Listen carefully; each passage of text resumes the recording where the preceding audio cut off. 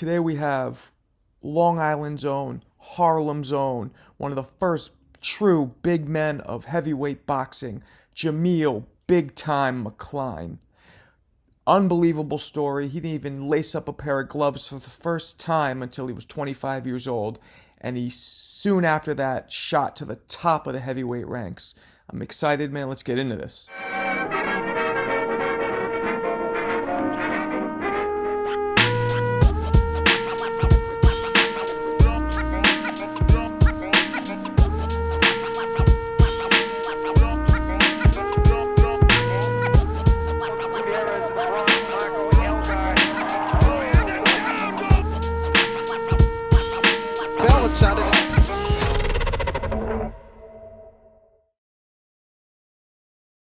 What's up, gentlemen?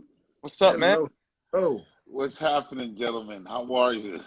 we are good, brother. Thank you. How are you doing today? Very good, very good. Is it too dark in here? Can you see me? We see We you. can see you. It could be a little brighter, but it's not a big deal. Okay, cool. Hey, Tell what me, world are you in, man? say it again. What part of the world are you in today? I am in Florida. I am in Pine Tree Estates. I'm sorry, Boynton Beach, Florida. Man, so What? many fighters what moved to Florida. Yeah, it's strange because it's like it's become the hotbed. Uh-huh. yes, So, It's yes. become the hotbed. Everybody's down here. Fury's down here. Darrell's trained here. There's a lot. Clarissa trains here. There's a lot of people that train here. I mean, Timor trains here. Everyone trains here now. And I'm sure I'm missing many, many, many more. there's a lot. So my question is, it says you were born and raised in Harlem, but then I see that you were raised in Long Island. So which one is it? Okay, so I was born and raised in Harlem, sort of, kind of. I couldn't let go of Harlem. But when I was 7 years old, I went to orphanage. So, so from Harlem, I went from Harlem to Port Jeff, New York, which is way out in Long Island, to an all Catholic orphanage. So I was raised by the nuns. Oh, wow. Oh, Yeah. So you consider yourself like a Long Island guy. I never really, for a while there at the beginning of my career, I was like, yeah, I'm from Port Jeff. But, as I got older, I kind of disassociated and kind of like, yeah, I'm from both Port Jeff and New York, Right. because I am, I guess, because when I was 18, I went back, and when I aged out of the foster care system, I went back into the city, Mm-hmm. which is only 60 miles away. Yeah, I know Long Island. I'm from Hell's Kitchen originally, but I used to go to Long Island all the time. So Oh, okay. I know, Okay. yeah, All right. we're talking. But we got this West Coaster here, Jeremy. He doesn't know nothing about that, but that's okay. Jeremy, what's up, old hey. friend? How are But you? how you doing? I haven't seen you in years. You doing well? Yeah, life is absolutely beautiful. I live a rock star's lifestyle. I really Nothing do. wrong with that. I That, really do. I am that truly, Hey, truly, truly but blessed.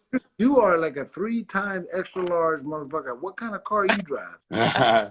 Actually, my latest car is the G90 Genesis 5.0. Oh my God, So that's a beautiful car. yeah, so I've had everything. I've had the Bentley, the S600, the S63, the S500, the Volkswagen Phaeton V12, the Audi V12. I've had all the big vehicles. In this car, I'm telling you, You love it. if you can get past Korean made, you're happy.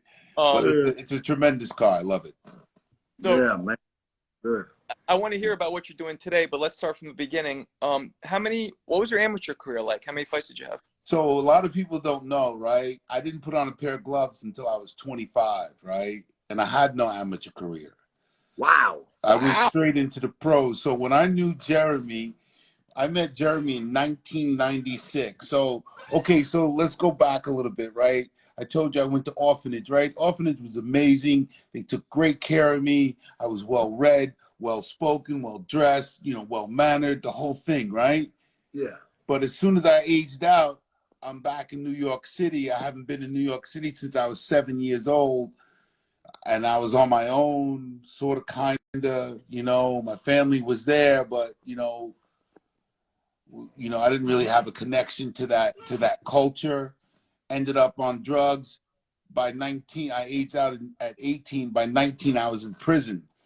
Oh So I my did goodness. 5 years in prison because I became just a straight up fucking gangster. Wow. So it was in my blood, and Yeah, so I read it was a gun charge or something like that. yeah, so I ended up in prison for 5 years on for gun running, selling guns, whatever I could do to make money. But then I got hooked on. But this is back during the crack epidemic. At the beginning, no, this was the beginning of the crack epidemic, 1989. Oh yeah, 1889, 90, early. Yeah, that's when So I was on the front end of that epidemic.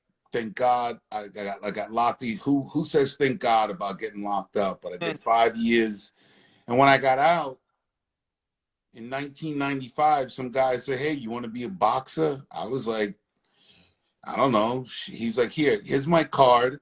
Call me. I'll take you to Peter Luger's." So, and I was in Staten Island. So I go to the guy who owned the gym. It was just a box. It wasn't even a boxing gym. It was a workout gym. And I said, "Hey man, that guy wants to take me to Peter Luger's." He goes, "Hey man, that's the best steakhouse in the city." So Yeah. I was like, yo, I just got out of jail. Like, I just got out of prison. Like Fuck four jail. 4 months ago.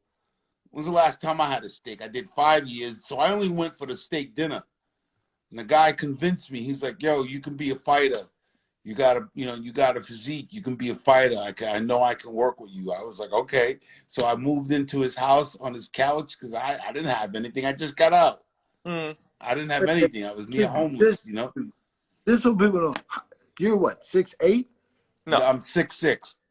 6'6", to what? 250, 260? I fought my best weight was 263, 264. Okay. Fuck. Okay. Yeah. How much were you when Big Boy got a hold of you? So I was 290 then. I had just gotten out Woo! of prison. I was Damn. 290. Yeah, I was jacked to the bone. I was And jacked, that jacked, was all jacked. muscle, right? That wasn't. Yeah, I was all muscle. It was just, I just got out. I worked out for 5 years. I came out like a monster. So let me ask you this: before this encounter, did you get in a lot of fights? I was just a very courageous person. Let's say that. Like nothing scared me. Very little scared me. Like I remember in the streets, I used to tell guys, "You got to show me. You can't talk me out of something. You got to show me." Mm-hmm. And I just took that. And the guy was like, "Yo, you're gonna be a boxer, but you can't be an amateur because you're too old. You're 25." Mm. So I had my first pro fight like 6 months later, and after 5 fights, I was 2-2-1. I met Jeremy in 1996 in West Palm Beach, Florida. Oh, yes, you did. I remember that. Remember that? Remember? Wow. Do Yeah. you remember that camp? Everybody was in that camp. Pernell Every, Whitaker, yeah. Toro Gotti, Zab Judah, Vivian Harris, Wow. Fernando Vargas, that fucking Vernon Forrest. That camp Wow. was full Yeah. of Oh, bosses. Jeremy was there, Rockman was there, Tua was there, Galata was there. It was incredible. It was like, and I was just, and I was just there. They just brought me in as a sparring partner for the heavyweights, and I was just getting beat up by everybody every single day. Well, what do you mean by a camp? What was this exactly? no, no, we were all signed to Duva at the time. Oh, And so Duva wanted to, like they had shows. I don't remember, but they had shows like every month or every couple months or every couple weeks, I should say. And so Zab, a crew would go fight there, then the guys would go fight there. Like wow. and Andrew, everyone was building their career, so they're picking like doing sixes, eights, tens. You know what I mean? All over the country, and then they So, would go home for a couple of weeks, and you come back and you go back to work. Jamil, this funny. We spoke with Michael Grant a couple weeks ago, and he had a similar story. Somebody just saw his size, sat him down, was like, "You're going to be a fighter," and he just started. I guess when they see a physique like that, they just, Sure. So years later, I said to my guy, the guy who approached me, his name was Ron Ruther. He says, "Hey, man," I said to him years later, "What made you do that?" And he was like, "Listen, I just saw this big guy trying to jump rope in the workout gym, and I just saw how you moved. I thought maybe I could make you something, and there we go, you know. Yeah, So yeah, you very fluid, a lot of speed for your size. Yeah, absolutely. so so I remember those times. It was a very special time. I just gotten out of prison. I just, you know, I met my dear long friend, Mike Barreo, who's in the fight game now. He's a big manager. He manages Hellenius. He manages some other. Uh, uh, what's the Cuban kid who fought on the card on the heavyweight card that night? Yeah, I know what you're talking about. I forgot his name. Yeah, yeah, I forget his name. I'm sorry, but yeah, he's got a bunch of fighters. He's had, you know, everybody from me to, you know, other big names, and, you know, Charles the Prince, Williams. Williams, is it Charles? No, Prince William. but no, all right, anyway, so he and I started together, and, you know, we one day we were I met him out one day. He's like, yeah, I want to be a boxing manager. I'm like, yeah, I want to be a boxer too. He's like, let's do it together, and here we are. Years later, I'm retired, in a couple boxing Hall of Fames, you know, Florida Boxing Hall of Fame, New Jersey Boxing Hall of Fame. Things have been good, I must admit. Yeah, yeah. Was it So hold on, was it at being so big, I mean tall and big, was it cumbersome to learn how to like sit down and box and not try to throw hard? You know, so that's a really good question. I mean, I guess at the beginning that was a struggle, yes. But once I settled in, I was just so big, fast, strong, and athletic. I was, you know, and the thing that separated me from the other guys is that a lot of the other guys were fighting since they were young. I was already a man by the time I started fighting. So I was, you know, I was a strong person already, and you know, I wasn't beat up, you know, and you know, I had a lot of years in me, even at 35, when you know, because I've only been fighting 10 years now, whereas other fighters yeah, at 35, they were fighting 20 years. yeah, yeah. No, there's a lot less mileage. Absolutely. Yes. I mean, just but like once you learn like learning your technique in boxing, once you learn how to punch hard, it comes so easy. And then you, because of your size, did you think that you had to actually try and punch hard to make it hard? Yes, absolutely. At the beginning, yes. Toward the end of toward the middle of, after about 5 years in the gym, I realized I'm big and strong, so anything I throw It's is hard. is gonna hurt. So I don't have to load up and like try. And once I learned that, you know, that's when I experienced, you know, I experienced a change in my career because I was able to go 10, 12 rounds because I wasn't loading up on everything. I was just letting shots go. Mm-hmm. That's a great feeling when you know when you can just let your hips and your shoulders do all the work and you just walking through the fight, and especially at your size, I mean you're gonna hit hard regardless. But when you really sit down and punch, man, that that that's something I never wanted to be in front of. Yeah, I had a lot of fun, man. You know, But you did. I mean, boxing probably was a great experience where, you know, I mean, you're doing something that you like, probably don't love, but you like it, and it's making you money, and it's putting you in a better position in your life. How could you regret any of that? Yeah. no, you know, you're right, Jeremy. I'm sorry. Go ahead, young man. No, no, go ahead. So, Jeremy, you know, yeah, boxing afforded me a wonderful opportunity to really travel the world, see the world, learn from the world. I mean, with me to China, you know, Wow. it was awesome. You know, when I fought there, I fought Mike Molo there. My sister Tina, she was like, I'm here in the house. Let's go. Let's get on a plane. Let's go. We all went out there. It was a good time. I fought in Russia, China, Switzerland, Germany, Mexico, Poland, Austria. You know, I just traveled the world fighting. And once I retired, I traveled the world without fighting. It was just absolutely amazing. Well, what would you say was your gratifying victory? Say it again. Your most gratifying victory. What would you say was? My most gratifying victory was it was actually early in my career when I fought Lance Whitaker. I fought Lance Whitaker in New York at the Javits Center, and that was the most satisfying win for me because he was big, strong. He and Briggs, because the two of them were very satisfying because I was a very quiet guy. I wasn't quiet, but I didn't talk shit. You know, I just showed up and did my job as best I could, and which was pretty damn good. I fought for the world title 4 times. Yeah. Two of which I think I won, but that's neither here nor there, right? Oh, you're right. That's neither here nor there. Yeah.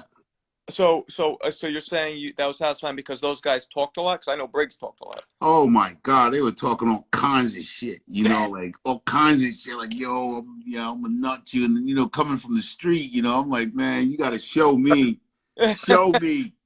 You can't tell me anything and scare me out of my money. Crazy. You gotta show me. My favorite fight of yours, and you didn't get the victory, but you should have, was against Peter.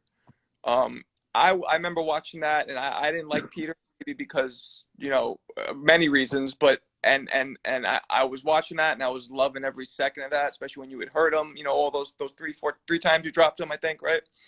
And that should have been a victory. That should have been a title.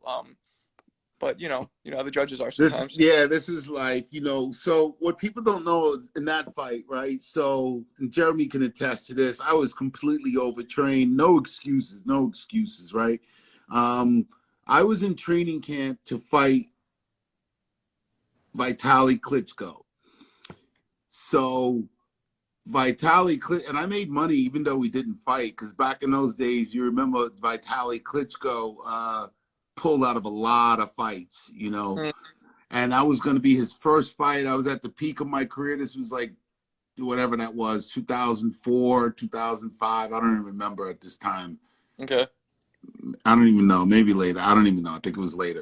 But anyway, so Vitaly Klitchko pulled out of the fight, so I had no fight. By the time I started training for Vitaly Klitchko to the time I fought Sam Peter, I was in training camp for 17 months because when 17 weeks, I'm sorry, because when Vitaly Klitschko pulled out, I broke camp for like a week, and then we got the Peter fight. So, and it actually it wasn't even the Peter fight. We just got on that card, and then Moskayev pulled out, and then Don King put me in the main. So by the time I got there, it was 17 weeks in training. I was burnt out. I was weak.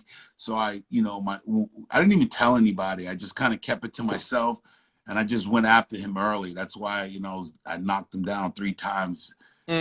First time in his career being knocked down.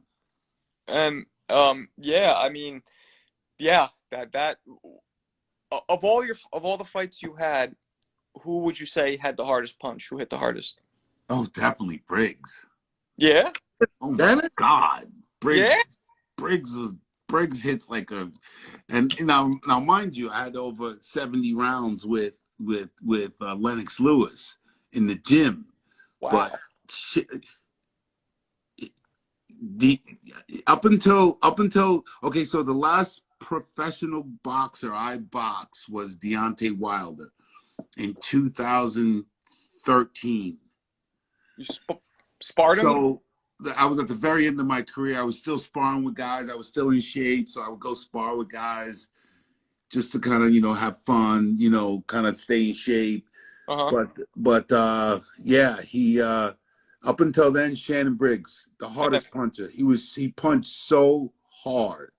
He's one of the most talented fighters of our time. Just Shannon Briggs, without a doubt. Yeah. So you're saying Wilder hit harder? Say it again. You said that up until then. So did you mean that Wilder hit harder than Briggs? Yes. But that was in the gym. But you're asking me, who I fought. Right. But in the gym, Deontay Wilder. So at the end of training camp, they took me out. Him and JD's took me out to eat, and they're asking me, "What do you think? What do you think?" And I said that, listen, you're gonna be world champ. There's no doubt about it. There's just no doubt about it. I think he had like just a few fights at the time. But anyway, I said, but I went into it in detail. I said, listen, but what you have to remember is that there's not a lot of us on planet Earth. And what I mean by that, there's not a lot of men that can come into training camp and give you 4 or 5 rounds, 4 or 5 days a week for 6, 7 weeks with the way you punch. You have to wear 20-ounce gloves because you punch so hard. That's what I told him. I was like, there's just not enough of us on you. I said, you're going to just destroy your sparring pool. You're just going to beat guys up and they're going to be useless to you. That is how hard he punches. It's incredible. But that's, I mean, look at his record. I'm going to tell him. I talk to him all the time, so I'm actually going to tell him you said that.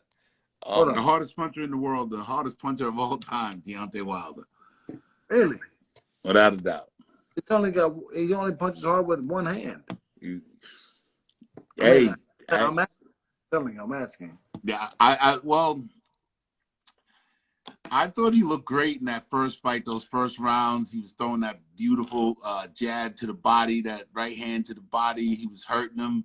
You could see Tyson Fury's belly turning red, but you know, he just couldn't. He couldn't sustain it. Tyson Fury is really big and obviously used his size to his advantage, and really wore him down. Speaking of that, you fought not probably the tallest heavyweight champion ever, right? My man. Say it again. You fought probably the tallest heavyweight champion ever, Valuev, right? What was that like fighting a guy who's 7'1"? Oh my God. He was so big. That was one of my best fights of all time. Like I was just in a zone. There was no human on the planet Earth that could have beat me that night. But I blew my knee that night. But yeah, he was so big, but he was fundamentally sound. That was the thing with him. He was very sound fundamentally. Like he had a good jab, a good right hand. He kept his distance, even in that big body. But I was just too fast and too strong that night. But I blew my knee, and I'm not here to cry because God's blessed me with a beautiful life right now. Yeah. That. What a title shot, and you hurt your knee, Jeremy. I don't know if you remember, but Jameel threw a punch, I think. But, stop the fight. So yeah, I threw a punch, and I got my knee got caught in the my foot got caught in the canvas, and I twisted my knee with the right hand. Ugh. And it tore the patella tendon right off the bone. So left knee, right? Yeah. So I went straight down like someone shot me, and did Valuev have any power just because of his sheer size? No. Okay. None. Okay. He was just big, and I mean, listen, if he hit you, but there was it was nothing thunderous like Deontay or Shannon or Lennox in the gym. It wasn't anything thundering like that. It was just, yeah. Well, I would ask, what? I'm trying to get something I can get it out quick. Keep it. So yeah. So that's what I thought. I thought that he was. I thought Valuev was just fundamentally sound, but just too big. But listen, I love these heavyweights today, man. I love what these heavyweights are doing today. I think Hellenius is going to surprise a lot of people. He might. I mean, you fought pretty much every heavyweight of your era, the top heavyweights. It's really, really impressive. You were always a guy who, when we would watch, I used to fight on a lower level, but I guess I'm more of a fan than a fighter but when we would watch you, it's like you could win any fight at any time. You know what I mean? That was so exciting. That was, and that was my downfall too, because I was never able to stay consistent. I don't know if that's because of ADD. I got bored with the game really fast, because now when I look back at the game, I don't identify as a fighter. I don't identify as an ex-fighter. Boxing is something I did. I just happened to be really good at it. You know, I've gone on to do some amazing things in life. Like, you know, I ran for United States Congress. You know, I've started several companies. I've sold companies. I'm involved in emerging technologies, artificial intelligence now. I've been in the medical field where I was head of business development and acquisitions for, PGX Laboratories, CGX Laboratories, Wow. which is the molecular PCR molecular testing, the same tests that detect COVID and all these other Uh, things. Even before COVID was a thing, you know, these are the machines that we were putting in. I okay. mean, I've done some amazing things. I've learned so many other things, and everything I touch, I'm good at. Uh, Only because I think when I was in prison, I just, I knew I never wanted to go back, and yeah. I just studied every chance I got. A good friend of mine is a congressman in New York, Jamal Bowman. You know who he is? Ah, Yeah, I grew up with him. It's like a good friend of mine. So yeah, that's yeah. I remember hearing about you running for Congress. You know, keep it up, man. Um, so I was gonna ask you about the Chris Byrd fight. What do you remember most about that fight? Like, what stands out in your memory about that fight? that, that's another fight I thought I won. Mm-hmm. You know, I thought I did. You know, I mean, Chris is he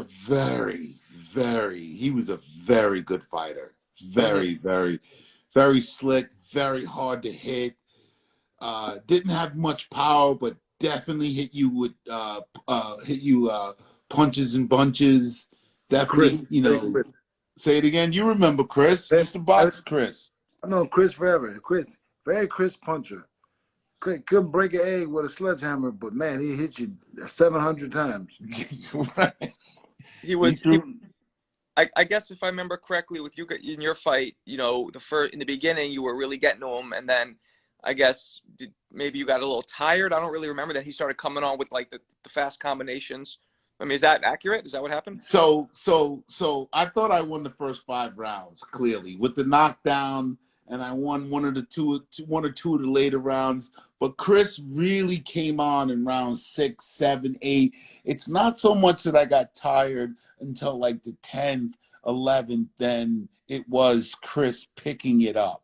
You follow Mm, what I mean? So yeah. in round 7, 8, 9, when he was really coming on, it wasn't like I was tired. It was just he just shifted into another gear, Wow. and I didn't keep up with him.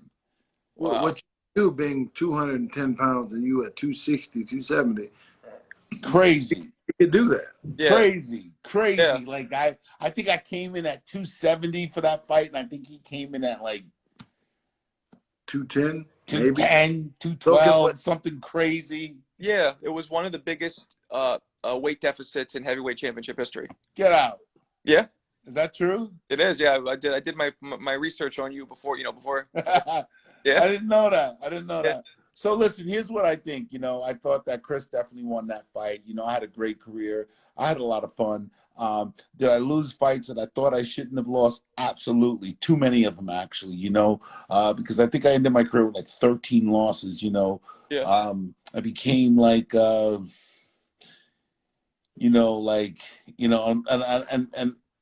I regret this, and it's hard to admit this, but I became like a journeyman there toward the end, which is why I got out and What do you didn't. attribute that to?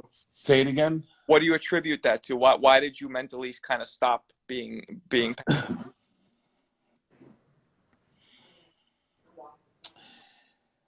I'm a fucking maniac, and I just didn't care anymore. I just didn't care anymore. I didn't care like I did in those early years, and I trained. I thought I trained as hard, and I thought I was as dedicated, but I just got bored. I think, to be really honest, I don't get me wrong. I wanted to win because it was always like, oh, you win this, then you're gonna go to the next fight, and the next fight you'll make this much, and it's gonna be great, yada yada yada.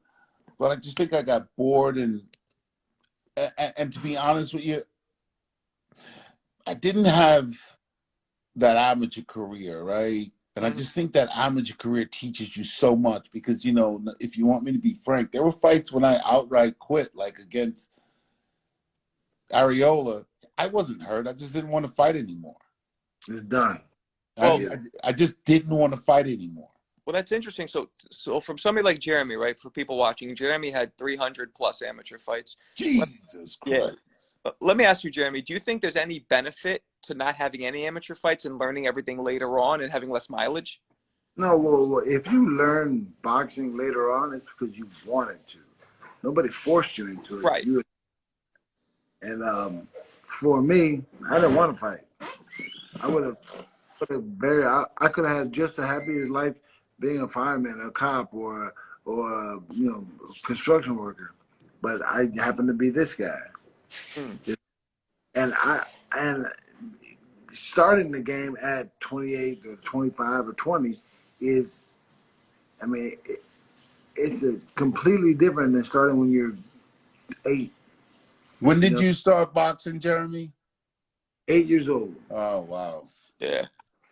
And it wasn't by choice. I was forced into it. You were told this is what you're going to do. Exactly. Yeah. And you know, by like 15, 16, I'm the best in the country.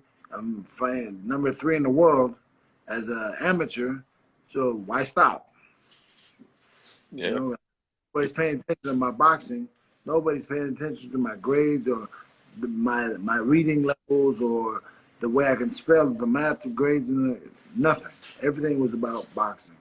Wow. And that broke me because, you know, that broke me, meaning I focused only on that and I didn't focus as hard on my education.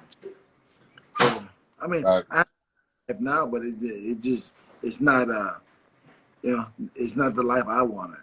So, but you still had that amazing career because I remember when I met you in West Palm Beach in 1996. I don't think we boxed, but I was definitely like, oh my God, that's Jeremy Williams over there. Look at him. Yo, oh my God. Yo, he was in the elevator with me. Yo, he was cool. You know what I'm saying? I remember that. That's what I remember about you, you know? I would look over and be in that same elevator, and I'd be like, who the fuck is this giant? God damn. I was like, oh. I hope I'm not sparring this guy. Oh, I know because I was on the list to spar you, but I don't think we ever did. But I didn't. I mean, I was so young in the game then. I just started, so I was getting beat up.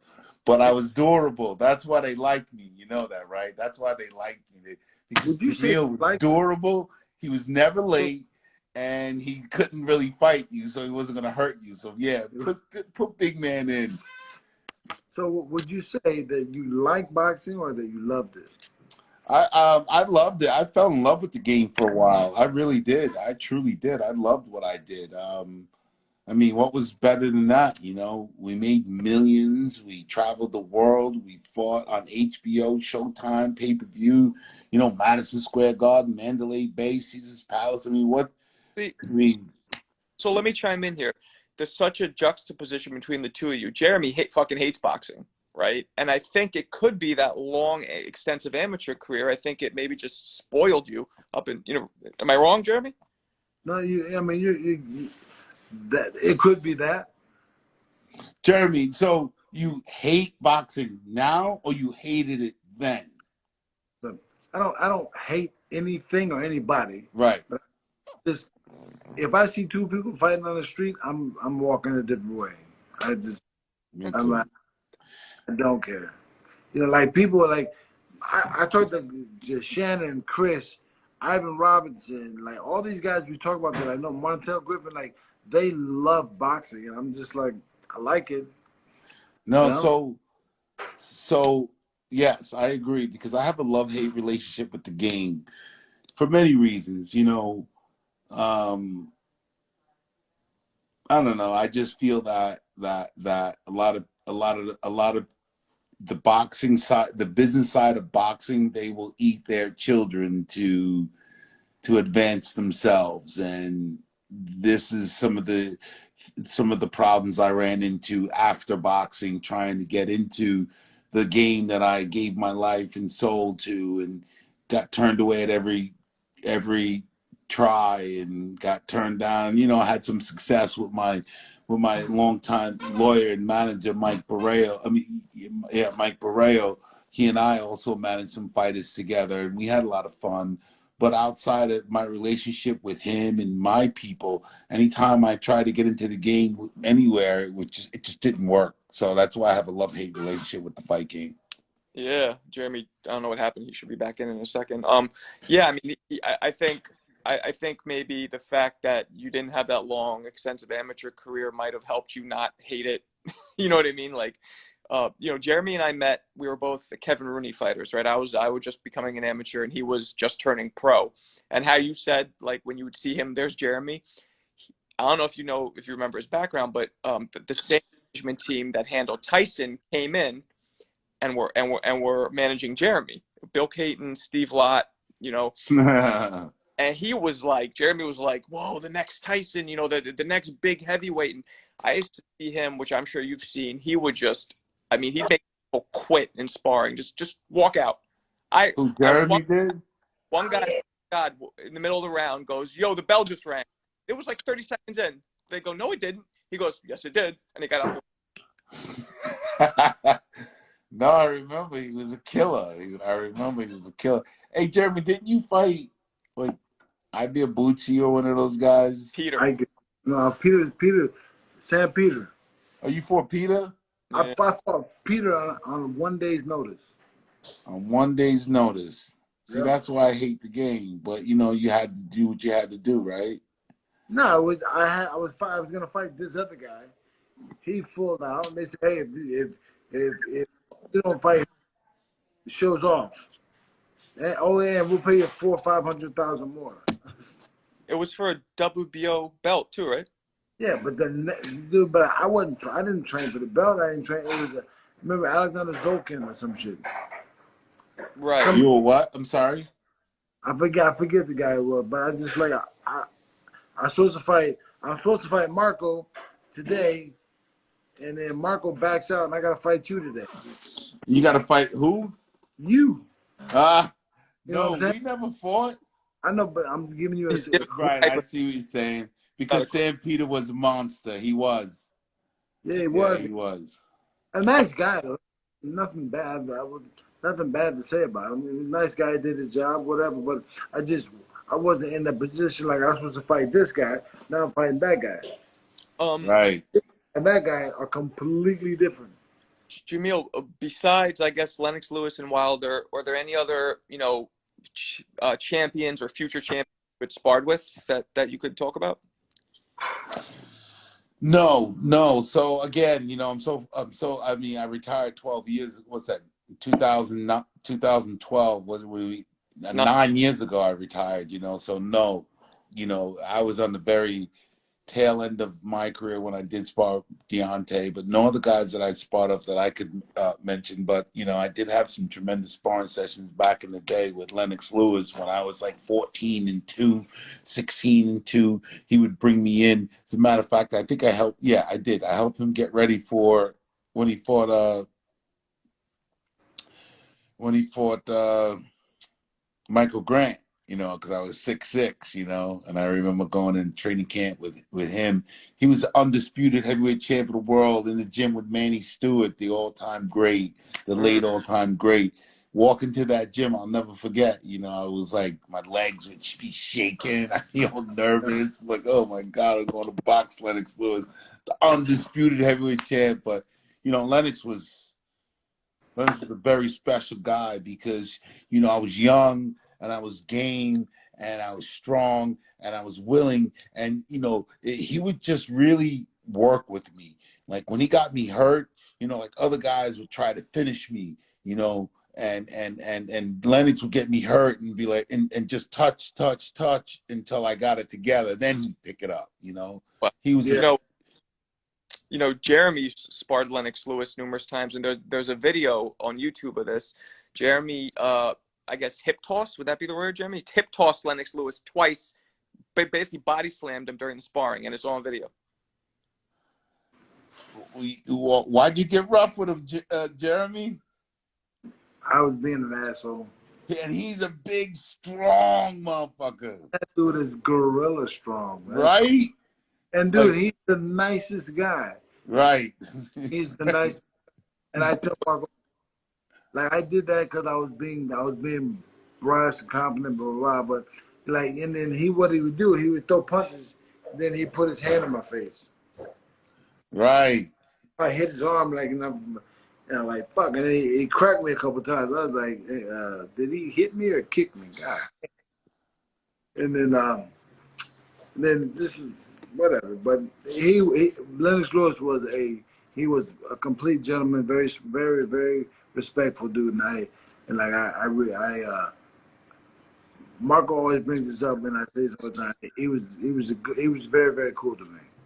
Yeah, he was a good guy. He was a good guy. You know, a lot of those guys early took me under their wing. You know, Poison Jones Jr., Randall Bailey. You know, Randall Bailey used to really look out for me.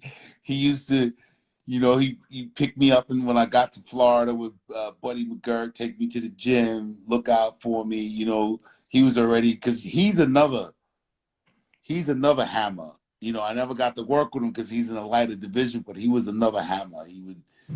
He had that sledgehammer. I don't know if you remember Randall Bailey. He's No. Former IBF heavy 140-pound champ. He was with Don King for a lot of years. He was one of the greatest fighters out of Florida for sure. Yeah, we got Marco. What's that? We got to look him up. Yeah, I know. Yeah. So Randall Bailey. Who would you say? What business are you doing now? So I'm in emerging technology. So I'm in artificial intelligence for the call room space specifically. What I mean by that is like the contact center, call center. Like if you get a phone call from AT&T or Verizon or American Express, and you hear artificial intelligence on the phone. The name of the company that I am a shareholder in is Vocodia. Vocodia AI. We automate call centers. So you'll hear someone call you and say, "Hey, hello, Jeremy, how are you today? The reason why I'm calling, how'd you get my number?" Well, I got your number from, and it sounds human. You don't even know you're speaking to a machine. Wow. It's absolutely amazing technology. Wow. And I think we're going to revolutionize the call center, contact center industry without a doubt. So I'm very excited about that. I'm in the NFT space as well. I've launched this Friday, I have a launch of 9,000 NFTs on a Cardano blockchain. Sorry to cut you off. What does NFT stand for? Non-fungible token. So it's much like it's much like Bitcoin and Ethereum and the blockchain. So the blockchain is the most secure ledger known to mankind. The only thing that could break the blockchain is probably something like an international catastrophic event like nuclear fallout, maybe. Okay. It is it's what Bitcoin and Ethereum sit on. Mm-hmm. Like, okay. For lack of a better phrase, it's for the digital world, and it's a very exciting space. It's an emerging technology. Like I said, I'm in emerging technologies. I've always been in very innovative industries. Even when I go back to the CGX and PETA, cancer genomics and pharmacogenomics industry I was in. So that's what I do now. So would you say you've made more money doing this or boxing? 100% this. So I made a lot of money as a fighter. I'll tell you a story. So I said to like 2.5 years ago, it was definitely about a year before the pandemic, I met with Mike Tyson.